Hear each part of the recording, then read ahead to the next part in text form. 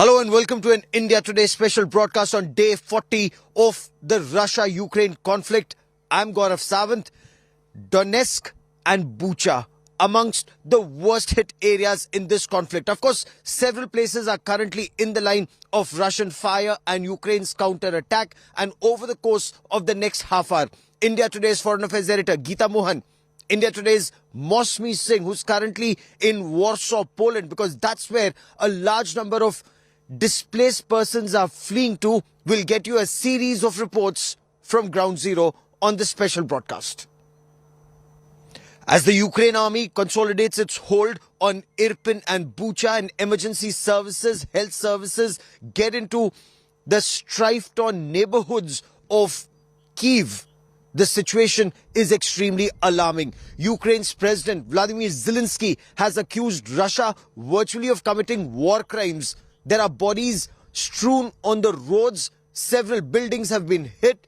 But Ukraine's big charge on Russia is that Russian soldiers allegedly committed war crimes. They caught civilians, non-combatants, tied their hands behind their back and then killed them in cold blood.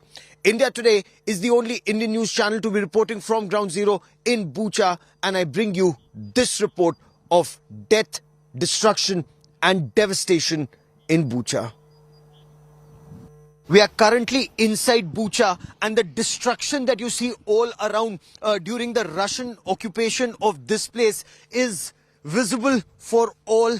Burnt vehicles, burnt malls, burnt homes, damaged and devastated in the fire and the artillery shelling, the rocket fire, the missile fire, and the destruction that's been caused to people and their homes. The Ukraine army is now coming into this area along with medical services and emergency services. They've recovered some bodies, and while the forensics and the post-mortem teams will carry out their job, but they've taken images. Several of these bodies, according to the Ukraine army, have their hands tied behind them, and they've been shot dead in cold blood in custody.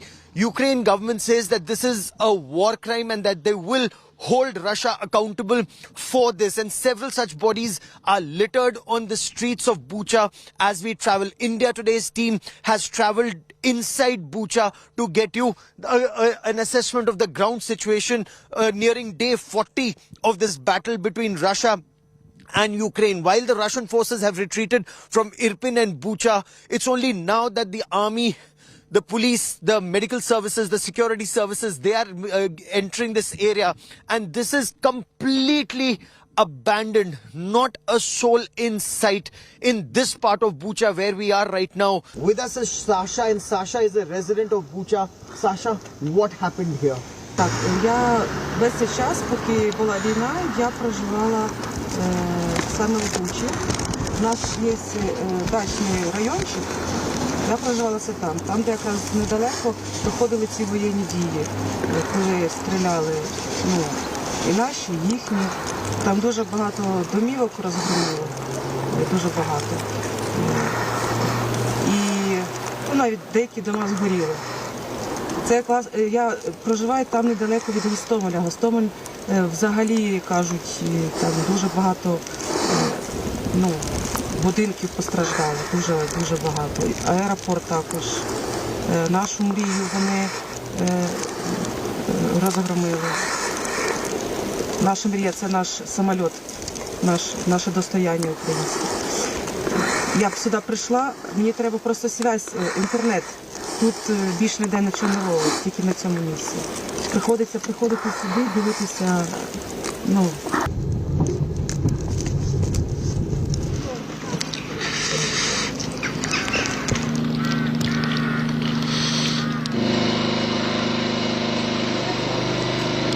The images here are horrifying. This is a residential block, and this has been shelled completely. Virtually every house shattered. People forced to live outside. Right now the temperature here is -2. It's snowing. It was raining a short while back, but people have nowhere to go. There is no electricity. There is no water. There is no gas. In fact, if you just come around a few families that remain here, They're cooking their food out in the open, and we'll show you how they're surviving in this extreme cold. It's only now that the agencies have reached here, but this family, as you can see, they've got their pots outside and they're cooking a meal for them outside in the open. And yet the lady has a smile on her face in these difficult circumstances. How are you? Are you okay? Ні, how are you? Ви мене спрашуєте, як звати, правильно я розумію? Люба. А ви мене зрозумієте, мою українську? What are you making? What are you eating? So there's just some chicken and water. They're boiling it together. That's their only meal because none of these houses have any power, nowhere to cook inside, no gas, and this cold. And what is actually heartbreaking in these images, we'll just walk.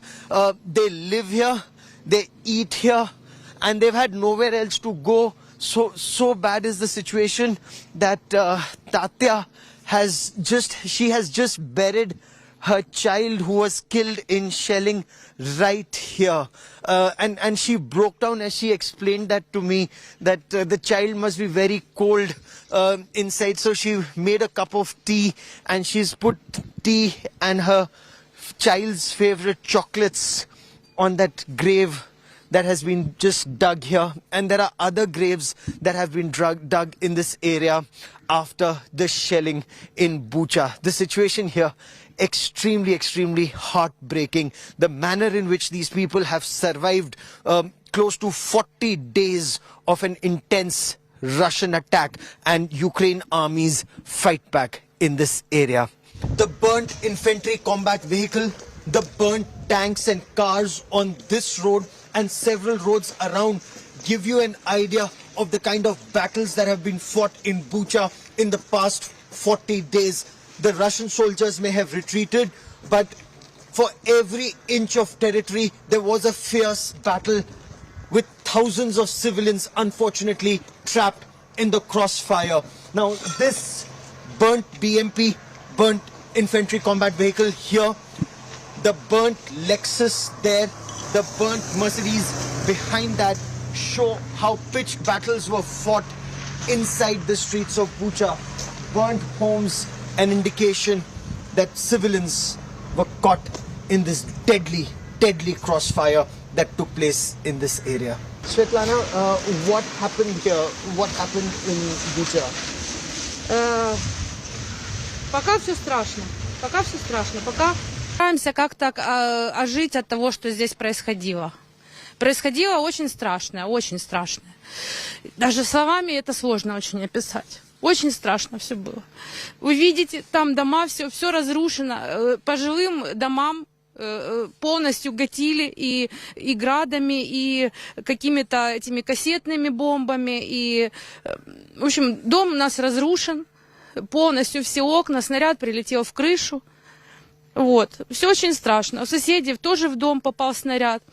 Вот. Поэтому мы надеемся, мы верим, что наши збройні сили нас захистять. Вот. Так що, как-то так. Спасибо вам. On the outskirts of Kyiv, en route Bucha, several burnt tanks and armored personal carriers show and indicate the kind of battles that have taken place in this area. Not one, not two, but multiple burnt tanks and APCs in this area. A fierce fight has taken place. The turret completely blown off the tank. The wheels completely destroyed. And this is happening not just in one area, but multiple such locations. If you come close, we'll show you. There's another tank here that lies destroyed. There are other tanks that have been completely destroyed in the attacks that have taken place on the outskirts of Bucha. There are several unexploded shells still lying in this area, and this is the first time as we report this that several agencies are on their way. Just look around, government agencies are now on their way to Bucha to provide relief and help to those impacted by these battles. Whether it's the army that was holding ground here or emergency services who are now making their way in an attempt to bring back those who were trapped in the past 40 days of these fierce tank battles that took place in and around Irpin and Bucha on the outskirts of Kyiv in Ukraine. So after more than a month of intense shelling, Galina from Bucha is finally leaving on her cycle. How did you survive for 1 month, Galina? I will live in a deep... А можно сказать по-русски? Bunker, yes. We live in a deep bunker and 3 weeks we sleep like gypsy. Like gypsy, did you have food? Did you have water? A little bit, but we survive. It's okay. Russian people not. I'm sorry, nervous. I can understand. She is nervous. I mean, imagine more than 3 weeks living in a bunker. Now she's leaving on a cycle. It's my cycle. It's your cycle, and with very bare. It's my stuff because I leave this apartment and I go now in my house. So, how scared were you? What was it like when there was like boom, boom, shelling? Boom, boom near my house, 3 meters.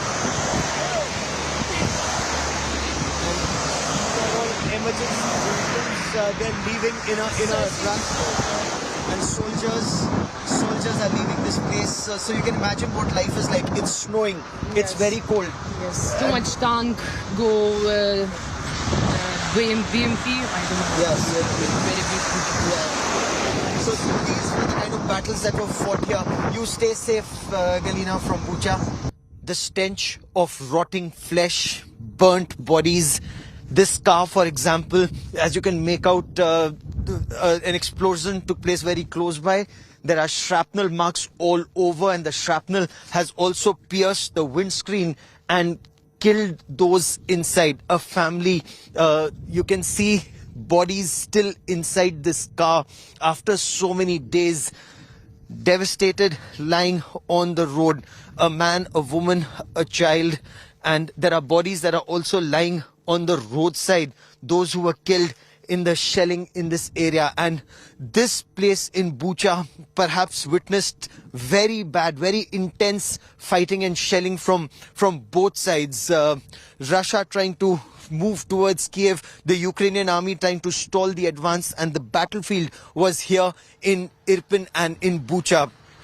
But today, finally, when agencies have come here after the Russians retreated towards Belarus and the Ukrainian forces have taken control of this area, it's only now that medical services are arriving here to retrieve these bodies, and there are a number of them lying on the roadside, in front of buildings, in ditches. The Ukrainian army says some of them have their hands tied behind them and they were killed in cold blood. Some others killed in shelling. With cameraman Lalit Mohan Joshi in Bucha, Ukraine, Gaurav Sawant for India. The images in Bucha are horrifying. Fierce tank battles, missile attacks, rocket attacks and artillery battles took place in Bucha. And Bucha was a upscale suburb of the capital Kiev. Well-to-do people lived there, but virtually every building is now shattered. But the bigger crime in this war is Ukraine's accusation that Russian forces carried out war crimes. They caught hold of innocent civilians who were caught in the crossfire, tortured and killed them in cold blood. Several Western countries have demanded additional sanctions against Moscow, but this is a charge that Russia has denied. The battle is now shifting from around Kiev to the eastern part of the country, in the Donbas region, in and around Mariupol. And India Today's Foreign Affairs editor Geeta Mohan is on ground zero. She gets us the latest on the shifting front lines of this battle in the east of Ukraine. India Today's Geeta Mohan with this report. We reported from Verkhnitaraskaya region where a new front line has been created, but the scenes of the village over there where most of the civilians have fled is devastating. Homes destroyed, buildings burnt, school burnt. Here's a report. We are here in Verkhnitaraskaya. This is the front line. You can hear not so far away from here, action is ongoing. a fierce fight and assault, not just from the Russian side, but also a response from the Ukrainian side as well. But you can see over here the vehicles, armored vehicles, the artillery carriers, some of them destroyed, because look at the house, look at the houses and the school over there completely destroyed. That school over there is absolutely destroyed. So that's the situation on the ground. But the Russian forces have taken control of this place, and the assault, the firing, shelling, bombing continues at the border, the new front line. With video journalist Satya Rautre, Geeta Mohan for India Today. I'm here on a field artillery ammunition support vehicle, and Officer Alex is my right to the front line. We are going there in just a bit from now to see what the situation is. This is beyond Gorlovka. They've taken the space, this entire place, which was Ukrainian territory, and now we'll see how fierce the fighting is at the border, the new front line between Ukraine and Donbas. With video journalist Satya Rautre, Geeta Mohan for India Today. This is in memory of the mass graves of soldiers, Soviet soldiers who laid down their lives in World War II. Today, the structure is absolutely destroyed because of the shelling and the bombing that took place over here in Verkhnaya village. And the officers over here are showing us around, saying that how it is this very land that fought against the Nazis, that fought the Germans, and it was Soviet Union that played a huge role. These are the soldiers who were honored here in this very village, which is just ahead of Gorlovka, but today completely destroyed, because this is the new front line. With video journalist Satya Rautre, Geeta Mohan for India Today. This war has created the largest refugee and humanitarian crisis. Many are fleeing and continue to flee Ukraine into neighboring states. My colleague Mausami Singh is reporting from Poland. Over to you, Mausami.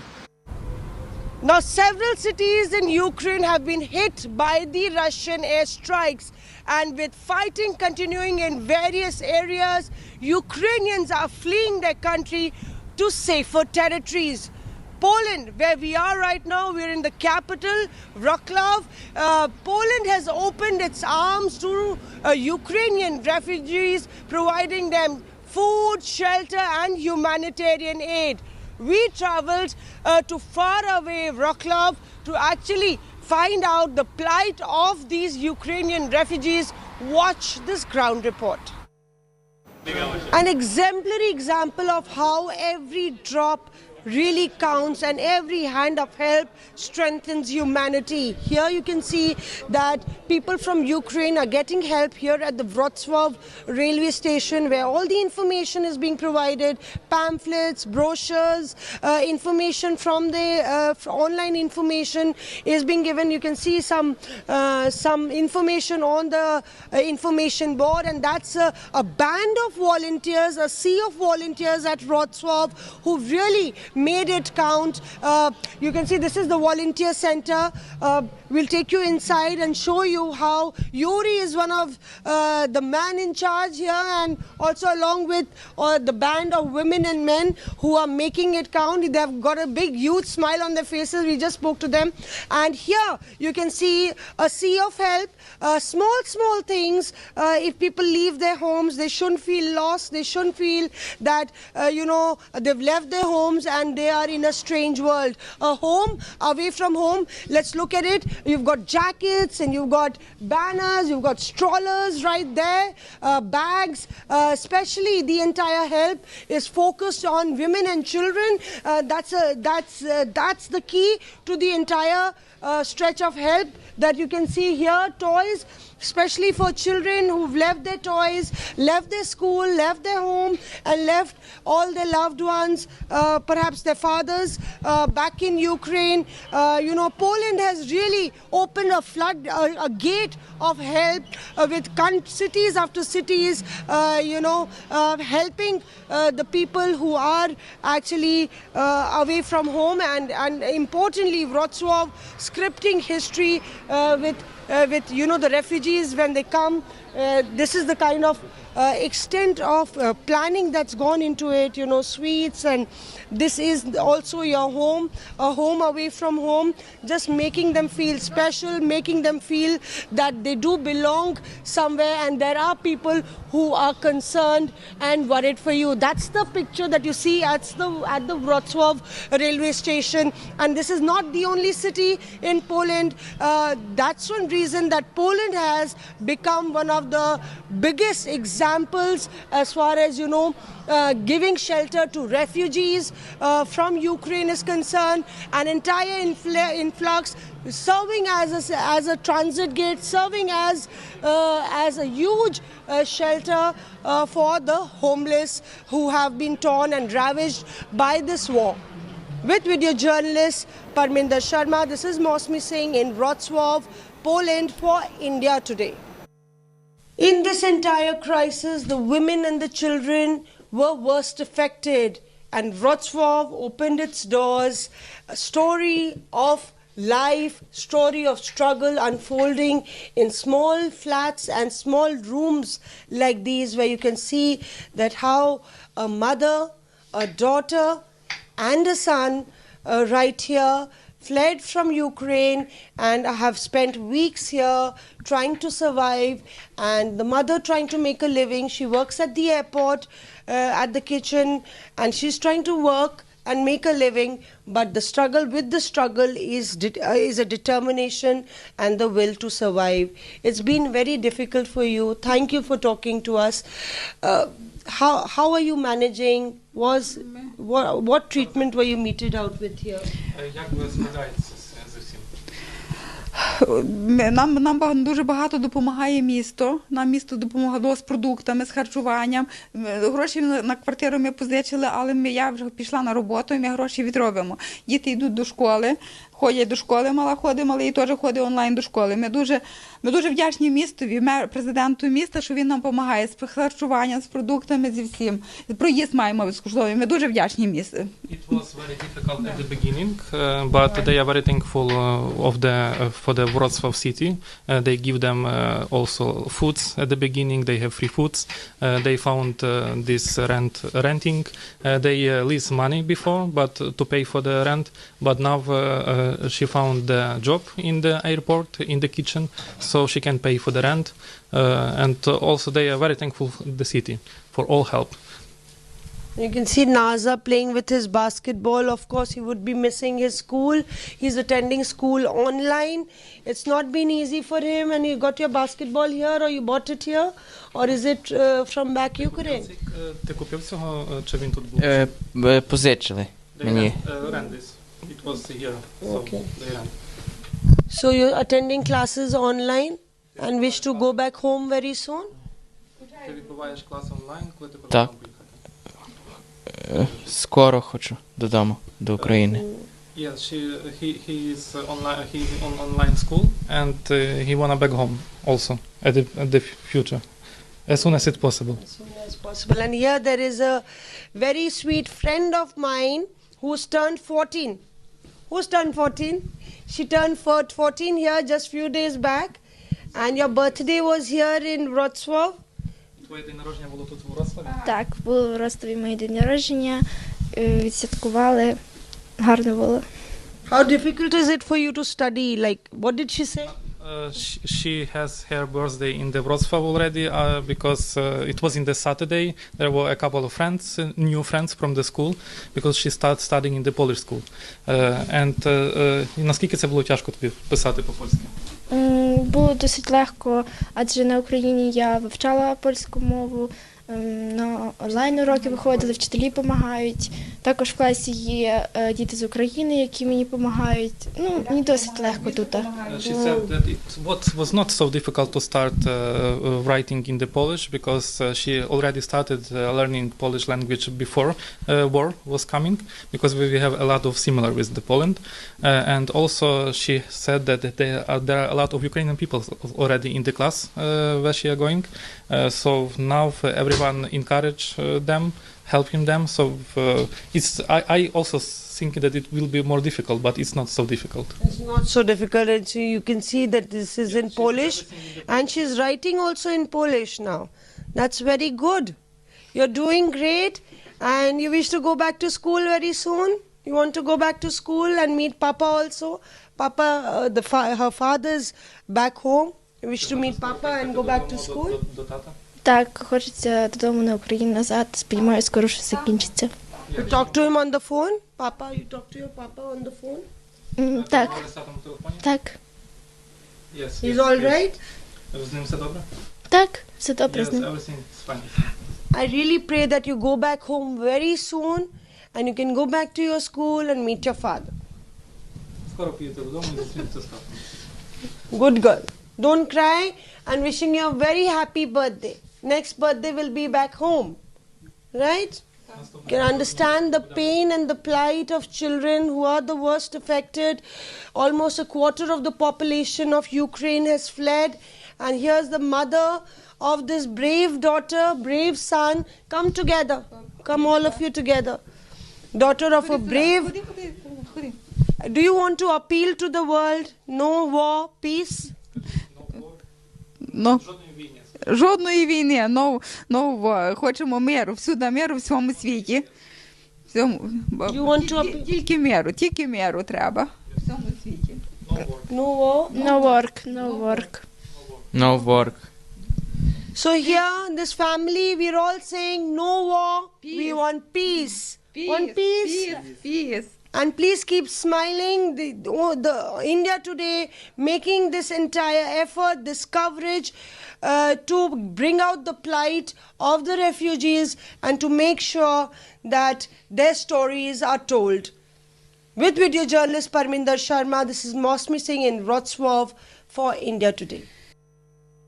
So that was Mausami Singh in Warsaw reporting on the situation on ground. India Today's Geeta Mohan in Donbas, Mausami in Poland, and I in Irpin, Kyiv and Bucha will continue to get you the latest, but that is all that we have for you on this special broadcast. Many thanks for watching. News and updates continue on India Today. Stay with us.